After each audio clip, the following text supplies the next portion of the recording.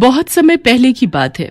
सीलमपुर नाम के गांव में दिवाली की तैयारियां चल रही थी। सब लोग बड़े ही खुश थे और दिवाली का इंतजार कर रहे थे। उसी गांव में एक परिवार रहता था। उस परिवार में मंगत, उसकी पत्नी मीरा रहते थे। मंगत की एक छोटी सी किराने की दुकान थी। क्योंकि दिवाली आने को थी, इसलिए एक दिन मंगत ने सोचा और अपनी मीरा से कहा, मैं सोच रहा हूँ क्यों ना बाजार जाकर वहाँ से कुछ बम पटाखे ले आऊं। दुकान में रख लूंगा तो अच्छी कमाई हो जाएगी। हाँ जी, ये तो अच्छी बात है। ठीक है, फिर मैं कल सुबह ही शहर के लिए निकल जाऊंगा। शहर काफी दूर है तो मुझे आते आते रात ही हो जाएगी। बस फिर अगली सुबह मंगत पटाखे लेने के लिए शहर निकल पड़ता है। शहर में काफी भीड़ होती है और मंगत को आते आते रात हो जाती है। जल्दी घर पहुंचने के चक्कर में मंगत अपनी साइकिल एक जंगल के रास्ते से निकाल लेता है। जंगल काफी घना और खतरनाक होता है। काफी दूर आने के बाद मंगत की साइकिल की अचानक चेन उतर जाती है। ओहो, इस चैन को भी अभी उतरना था। एक तो पहले ही इतनी देर हो गई है। मंगत अपनी साइकिल की चेन ठीक करने लगता है, पर उसे इस बात का जरा भी अंदाजा नहीं होता है कि साइकिल की चेन उतरना कोई इत्तेफाक नहीं है, बल्कि वहाँ खड़े बरगद के पेड़ के ऊपर बैठी एक चुड़ैल का काम है। चुड़ैल ऊपर बैठी मंगत को परेशान करने लगती है। इस आदमी की साइकिल के ऊपर ये क्या रखा हुआ है डिब्बे में? अभी इसको गिरा देती हूँ। चुड़ैल मजे मजे में उस आदमी की साइकिल पर रखे हुए डब्बे को नीचे गिरा देती है। डब्बे में से कुछ पटाखे बाहर आ जाते हैं। चुड़ैल उनको देखकर अचानक उदास हो जाती है। मंगत अपने पटाखे वापस डब्बे में भरकर साइकिल पर रखकर जैसे तैसे घर जाने लगता है। अब चुड़ैल भी उसके पीछे पीछे लग जाती है और उस आदमी के गांव तक पहुंच जाती है। गांव में पहुंचते ही चुड़ैल की आंखें खुशी से चौड़ी हो जाती हैं। दिवाली, वाह, सब कितना सुंदर है। अब मैं भी इन सब के साथ दिवाली मनाऊंगी। चुड़ैल उस आदमी के साथ उसके घर तक पहुंच जाती है। घर में मंगत अपना पटाखों का डब्बा लेकर पहुंच जाता है। अरे, आ गए आप? काफी देर लगा दी आपने। अरे बस क्या बताऊं कि कितनी भीड़ थी शहर में, और ऊपर से मेरी साइकिल पंचर हो गई। उसके बाद मेरे पटाखे गिर गए। बड़ी मुश्किल से घर पहुंचा हूँ। ओहो, चलो आप हाथ मुंह धो लो, मैं खाना लगा देती हूँ। मंगत मुंह हाथ धोकर खाना खाने लगता है और चुड़ैल वहीं खड़ी उस डब्बे को देखती रहती है। जब मंगत और मीरा सो जाते हैं तो वो चुपके से उस डब्बे को घर के बाहर ले जाती है और फिर उसमें से पटाखे निकालने लगती है। अरे वाह, अब इन पटाखों को जलाऊंगी, कितना मजा आएगा। कितने नए नए तरीके के पटाखे हैं ये, मैंने तो कभी नहीं देखे। चुड़ैल एक एक करके उन पटाखों को जलाने लगती है और खुशी के मारे उछलने लगती है। पटाखों की आवाज सुनकर मंगत अचानक उठ जाता है। हे भगवान, ये इतनी रात को पटाखों की आवाज कहाँ से आ रही है? मंगत और मीरा जल्दी से बाहर जाते हैं तो देखते हैं कि उनके पटाखे का डब्बा बाहर रखा हुआ है और सारे पटाखे यहाँ वहाँ फैले हुए हैं। कुछ पटाखे जल रहे हैं और कुछ जले हुए पड़े हैं। हे भगवान, मेरे पटाखे! आखिर ये पटाखे का डब्बा घर के बाहर कैसे पहुँचा? घर तो अंदर से बंद था। अजीब, अभी कुछ ही पटाखे जले हैं, जल्दी से बचे हुए उठा लो। दोनों मिलकर सारे पटाखे वापस डब्बे में भर लेते हैं। चुड़ैल वहीं खड़ी देखती रह जाती है। ये लोग तो मेरे सारे पटाखे वापस ले जा रहे हैं, अब मैं क्या करूं? मुझे भी पटाखे जलाने हैं, मुझे भी दिवाली मनानी है। मीरा और मंगत अपने पटाखे का डब्बा अंदर ले जाते हैं। उसके बाद चुड़ैल अपना ठिकाना कहीं और देखने लगती है। वो रात को गांव में यहाँ वहाँ भटकने लगती है। फिर उसकी नजर एक मिठाई की दुकान पर पड़ती है। मिठाई देखकर चुड़ैल बड़ी खुश हो जाती है। अरे वाह, मिठाई, इतनी सुंदर सुंदर और स्वादिष्ट मिठाई, मुझे भी खानी है। एक काम करती हूँ, जल्दी से दुकान में घुस जाती हूँ। चुड़ैल जल्दी से दुकान की तरफ आगे बढ़ती है और दुकान के बाहर लगी मिठाई में से एक मिठाई उठाकर खाने लगती है। वाह, कितनी स्वादिष्ट है।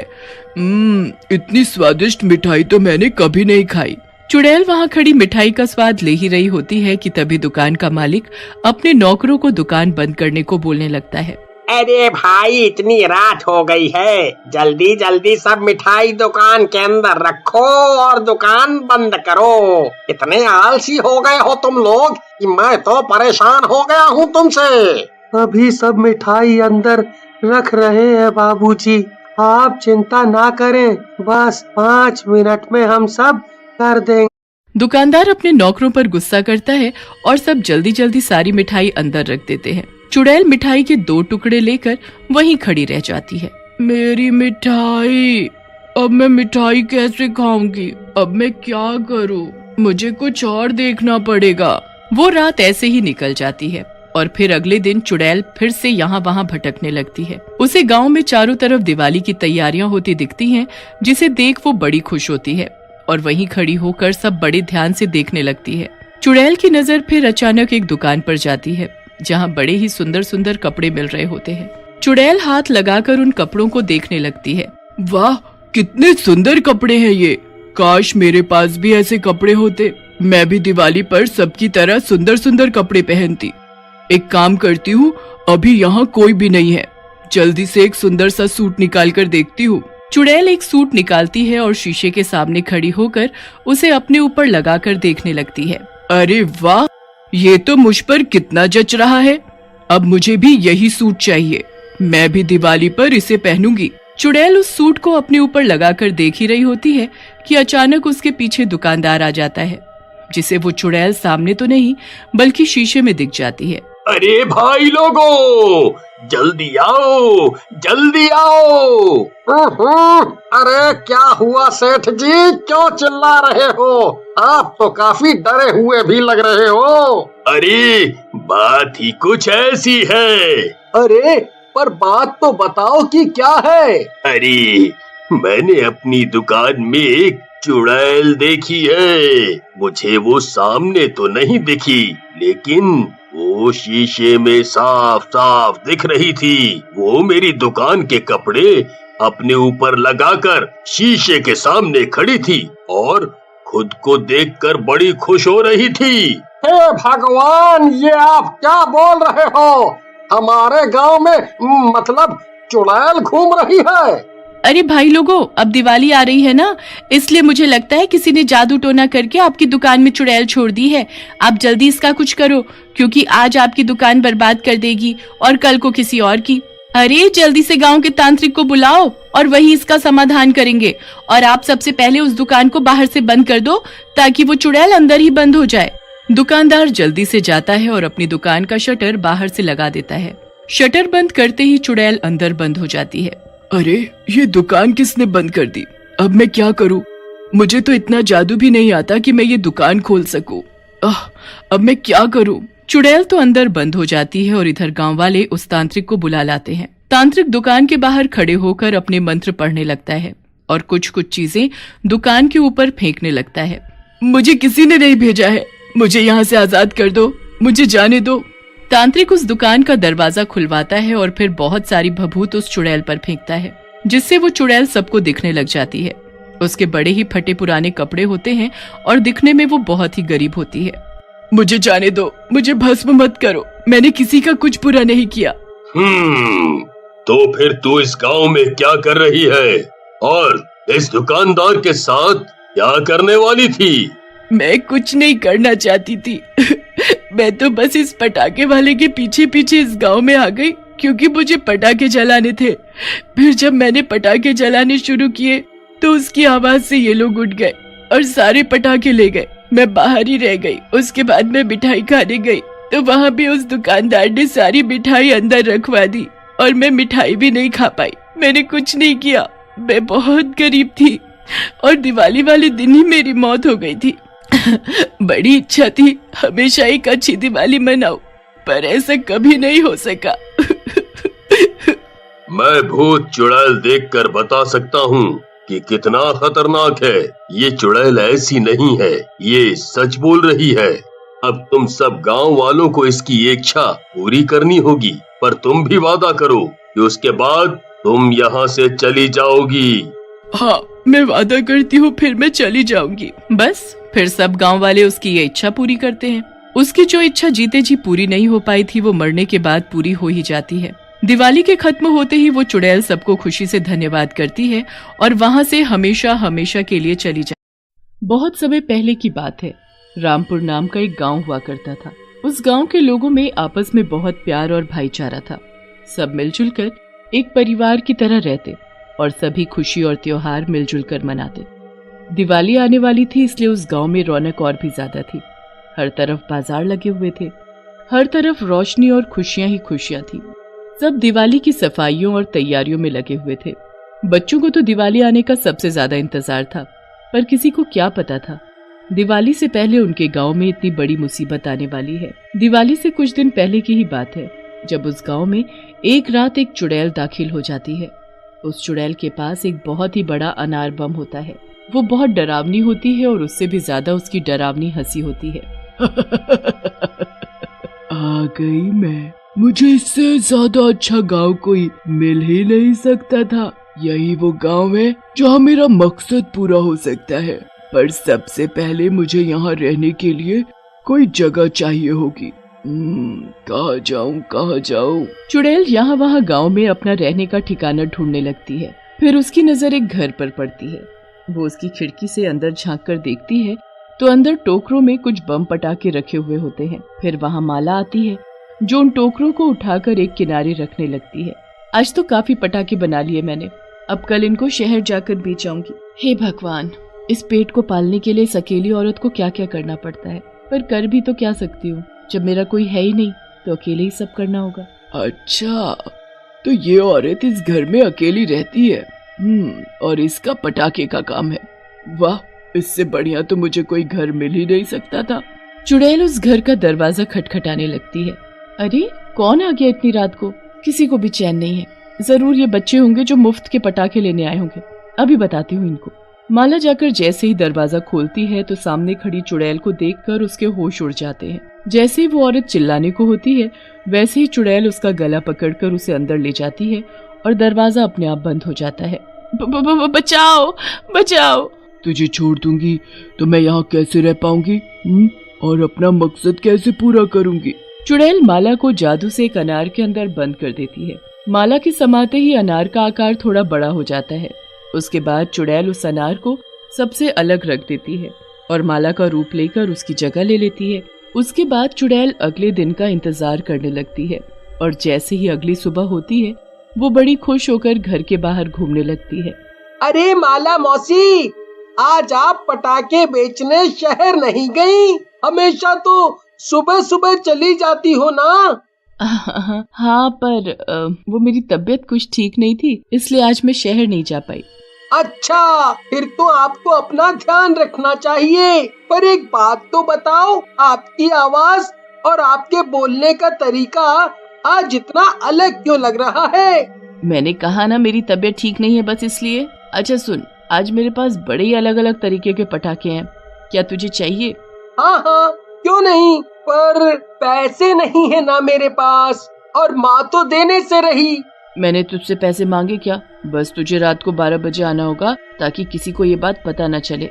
हाँ ठीक है, मैं रात को 12 बजे चुपके से आ जाऊंगा और किसी को भी नहीं बताऊंगा। शाबाश मेरा बेटा। चुड़ैल अंदर ही अंदर खुश होने लगती है और उसके चेहरे पर अलग सी मुस्कुराहट होती है। वो पूरा दिन बस रात के 12 बजने का इंतजार करती रहती है और फिर जैसे ही रात होती है और सभी गांव वाले सो जाते हैं, चुड़ैल अपने असली रूप में आ जाती है। वो बार बार खिड़की के बाहर झांककर राहुल का इंतजार करने लगती है। राहुल भी पटाखे के लालच में अपने माँ बाप के सोते ही वहाँ से छुपकर निकल लेता है और चुड़ैल के घर पहुँच जाता है। उसे तो जरा भी अंदाजा नहीं होता कि वहाँ माला मौसी नहीं बल्कि चुड़ैल है। वो घर पहुंचकर दरवाजा खटखटाने लगता है। मौसी, माला मौसी, दरवाजा खोलो। चुड़ैल राहुल की आवाज सुनते ही खुश हो जाती है और झट से दरवाजा खोलने भागती है। दरवाजा खुलते ही राहुल जोर से चिल्ला पड़ता है और चुड़ैल उसका मुंह बंद करके उसे घर में ले जाती है।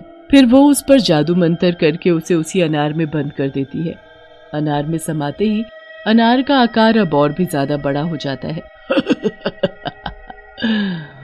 बस अब ऐसे ही रोज एक शिकार मिल जाए और मेरा ये अनार बम दिवाली तक मेरे जितना बड़ा हो जाए। फिर इस अनार बम को दिवाली पर जलाकर मैं दुनिया की सबसे ताकतवर चुड़ैल बन जाऊंगी। बहुत उस चुड़ैल का मकसद बस यही होता है कि उस अनार बम का आकार उसके जितना हो जाए, फिर वो उसे दिवाली वाले दिन जलाकर सबसे ताकतवर चुड़ैल बन सके। चुड़ैल तो रोज किसी न किसी गांव वाले को गायब कर देती और हर रोज गांव में लोगों के गायब होने की वजह से लोग बड़ा परेशान होने लगे थे। एक दिन गांव के कुछ लोग चौक पर इकट्ठे होकर इसी बारे में बात करने लगते हैं। अरे भैया, मेरा राहुल भी तो कितने दिनों से गायब है। आपको क्या बताऊं कि मैंने उसे कहां कहां नहीं ढूंढा। रात को मेरे साथ ही सोया था, पर आधी रात को जब आंख खुली तो गायब था। पूरे घर में ढूंढा, पूरे गांव में ढूंढा, पर कुछ पता नहीं चला। मुझे तो ये किसी की सोची समझी साजिश लग रही है। हाँ, बात तो कुछ न कुछ जरूर है, वरना एक के बाद एक लोगों का गायब होना समझ नहीं आ रहा। सब लोग बात करके अपने अपने घर जाकर सो जाते हैं। उस रात चुड़ैल ने शीना नाम की एक छोटी सी बच्ची को पटाखों के लालच में अपने घर बुलाया होता है। शीना जैसे ही देखती है कि उसके घर के सब लोग सो गए हैं, वो चुपके से उठकर घर के बाहर जाने लगती है। तभी जोर से नीचे गिर जाती है। माँ, मुझे लग गई माँ। हे भगवान। शीना, मेरी बेटी, तुम नीचे कैसे गिर गई? क्या हुआ शीना, बताओ मुझे। शीना बहुत छोटी होती है। माँ उसे डांटे ना, इसलिए वो अपनी माँ को सब सच सच बता देती है कि माला मौसी ने उसे पटाखे देने के लिए रात को 12 बजे अपने घर बुलाया है। रात को 12 बजे माला ने मेरी बेटी को अपने घर क्यों बुलाया है? आखिर इतनी रात को क्यों? कुछ गड़बड़ है, मुझे सब गांव वालों को बताना चाहिए। शीना की माँ को चैन नहीं पड़ता और वो उसी वक्त पड़ोसियों को उठाकर सारी बात बताती है। पड़ोसियों को भी ये बात अजीब लगती है। हम सबको चुपके से वहाँ जाकर देखना चाहिए। एक काम करते हैं, हम शीना बेटी को वहाँ भेज देते हैं और उसका पीछा करते हैं। ना बाबा ना, मैं अपनी बेटी को ऐसे किसी के घर इतनी रात को क्यों भेजूं? अरे भाभी जी, हम सब है ना, हम सब उसके पीछे पीछे जाएंगे, आप चिंता मत करो। बड़ी मुश्किल से शीना की माँ इस बात के लिए राजी होती है। फिर वो शीना को माला के घर भेज देते हैं। शीना दरवाजा खटखटाती है। तभी एक चुड़ैल दरवाजा खोलती है और पलक झपकते ही शीना को दबोचकर घर के अंदर ले जाती है। सारे लोग जो इधर उधर छुपकर बैठे होते हैं वो ये सब देखते ही रह जाते हैं। वो जल्दी से भागकर उस घर का दरवाजा खटखटाते हैं, पर कोई दरवाजा नहीं खोलता। फिर वो दरवाजा तोड़ देते हैं। जब लोग अंदर जाते हैं तो देखते हैं कि माला अपने बिस्तर पर सो रही है। कहाँ है चुड़ैल, कहाँ है शीना? अरे क्या बात हो गई? क्यों शोर मचा रहे हो? कहाँ छुपाया है उस चुड़ैल और शीना को? हो ना हो ये तुम्हारा ही काम है। मेरा काम? अरे मैंने क्या कर दिया भाई? सब लोग घर का चप्पा चप्पा छान मारते हैं, पर उन्हें कुछ नहीं मिलता। माला भी किसी को कुछ नहीं बताती और लोग गुस्से में आकर उसके घर का सामान फेंकने लगते हैं, फिर उसके बनाए बम पटाखे भी। माला वहाँ खड़ी देखती रहती है और उसे कुछ फर्क नहीं पड़ता। पर जैसे ही रमेश उस चुड़ैल का बड़ा अनार बम उठाकर बाहर फेंकता है, वैसे ही माला गुस्से में लाल हो जाती है और अचानक चुड़ैल में बदल जाती है। हाथ कैसे लगाया मेरे अनार बम को? वापस ला कर दो मुझे, वरना जान से मार डालूंगी। अरे बाप रे, ये तो चुड़ैल है, ये सब इसी का काम है। अरे कुछ करो, इसी ने गांव के लोगों को गायब किया है। लोग उस चुड़ैल को उसके घर में बंद कर देते हैं और फिर जल्दी से पंडित को बुला कर लाते हैं। पंडित जी उसके घर के चारों तरफ गोला बना देते हैं, जिससे वो चुड़ैल उसी में कैद हो जाती है। गांव के गायब हुए सब लोग मेरे बनाए इसी गोले में कैद हैं, पर इस चुड़ैल ने उन्हें कहाँ कैद किया है, मुझे ये समझ नहीं आ रहा। मुझे पता है, वो जरूर घर के बाहर पड़े उस बड़े अनार बम में हैं, क्योंकि जैसे ही मैंने ये अनार बम घर के बाहर फेंका, वैसे ही वो चुड़ैल में बदल गई। पंडित जी आंगन में पड़े उस बड़े अनार बम को गोला के बाहर लेकर आते हैं। चुड़ैल घर के अंदर खिड़की पर खड़ी चिल्लाने लगती है, नहीं नहीं, मेरा अनार बम है, उसे तो दिवाली की रात जलाकर मैं दुनिया की सबसे ताकतवर चुड़ैल बनूंगी। पंडित जी गांव के सभी लोगों को एक एक दिया जलाकर लाने को कहते हैं और उस दिए को अनार बम के चारों ओर लगाने को कहते हैं। तो उसकी पवित्र रोशनी से उस अनार से धुआं निकलने लगता है। फिर अचानक से एक धमाका होता है। धमाके के बाद अनार बम और चुड़ैल नष्ट हो जाते हैं और गांव के गायब हुए सब लोग दिए की रोशनी में वापस दिखने लगते हैं। पूरा गांव खुशी से झूम उठता है और हमेशा की तरह उस दिवाली भी सब मिलजुल कर दिवाली मनाते हैं। उस चुड़ैल का मकसद बस यही होता